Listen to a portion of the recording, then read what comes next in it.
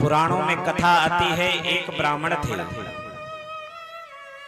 वो ब्राह्मण देवता बड़े निर्धन थे, इतना निर्धन थे कि उनके 4-6 बच्चे को पालना भी उनके लिए कठिन था। उनकी ब्राह्मण वृत्ति भी नहीं चलती थी।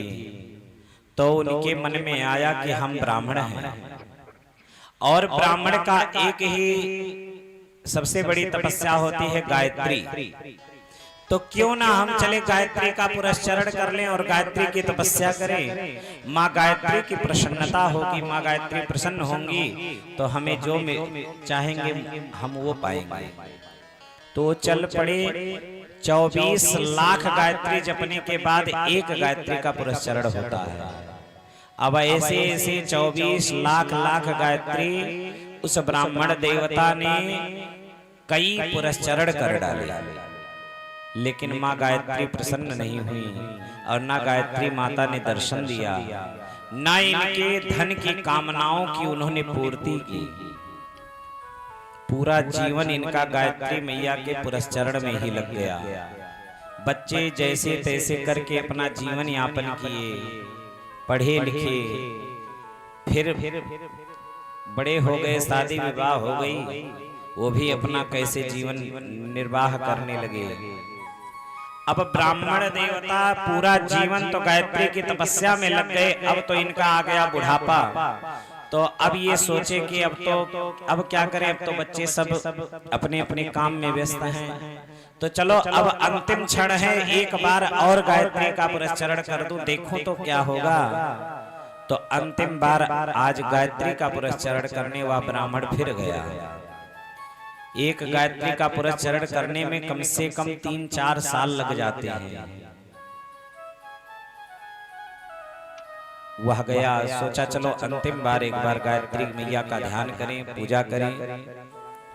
गायत्री पुरस्चरण किया। अब की गायत्री मैया प्रकट हो गई, बोली मांगो पुत्र, तुम्हें क्या चाहिए, आज जो तुम मांगोगे वो वरदान मैं दूंगी। ब्राह्मण देवता मुस्कुराए, बोले मैया अब तो मुझे कुछ चाहिए ही नहीं, लेकिन आपसे मैं एक प्रश्न करना चाहता हूं, इस प्रश्न का आप उत्तर दे दीजिए बस। मैया ने कहा हाँ बोलो। बोले मां, जब मुझे धन की आवश्यकता थी, जब मुझे धन की आवश्यकता थी, जिसके कारण मैंने जवानी से लेकर अब तक तपस्या किया आपका, तब तो नहीं आ पाई और न मेरी मनोकामनाओं को आपने पूर्ण किया। अब तो हमारे बच्चे जैसे तैसे अपना जीवन निर्वाह करके बड़े हो गए, अपने पैर पे खड़े हो गए, अब तो सब अपना काम करने लगे। अब हमारी अवस्था अंतिम आ गई है, मरने की अवस्था आ गई है, और आज आप किस कारण से आज प्रसन्न होकर के आप प्रकट हुई और आज मुझे मांगने के लिए कह रही हैं, जबकि अब मेरी कोई इच्छा ही नहीं है। ब्राह्मण देवता की बात सुन करके गायत्री मैया ने कहा, ब्राह्मण देवता एक बार आप पीछे मुड़ करके देखो, पहाड़ तुम्हारे सामने जो पड़ा है, तो पीछे मुड़ करके पहाड़ देखे तो पहाड़ों पर जितने इन्होंने पुरस्चरण किए थे उतने हवन की कुंड जल रहे थे। ब्राह्मण देवता ने कहा मैया ये इसका क्या तात्पर्य।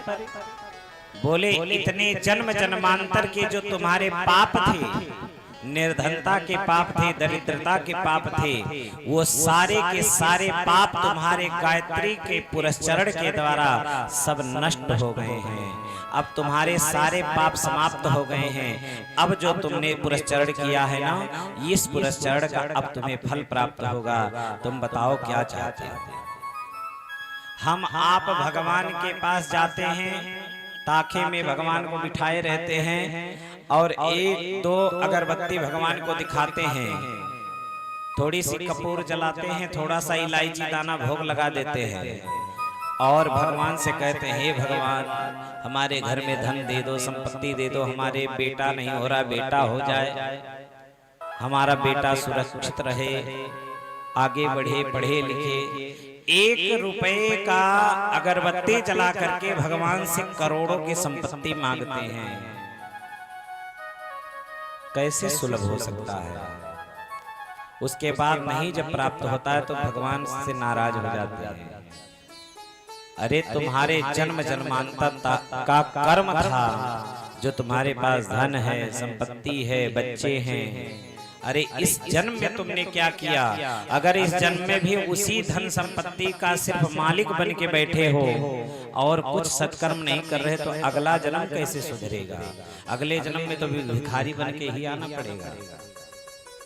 इसीलिए जो भी परमात्मा ने दिया है उसको परमात्मा को समर्पित करें।